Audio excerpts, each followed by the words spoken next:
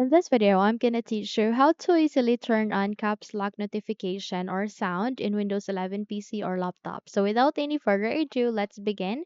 So firstly, you need to navigate at the button search bar here and type for control panel.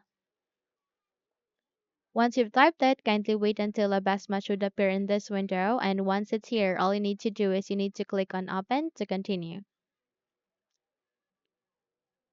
So in this kind of window, all you need to do is you need to navigate with the option called Ease of Access Center. And if your view doesn't look like this, simply proceed with View by, go with large icons. Once done, navigate to Ease of Access Center, click on it,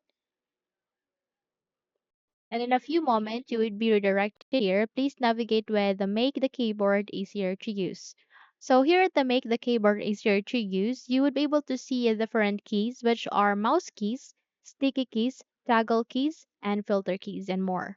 So here you need to navigate with the toggle keys, and in order to hear a tone when you press caps lock, or num lock or scroll lock, or even the caps lock, which is the target of this video, simply turn this on, okay? Click on apply and then OK. Once done, whenever you press a caps lock key, you would be able to hear a sound in the keyboard, okay?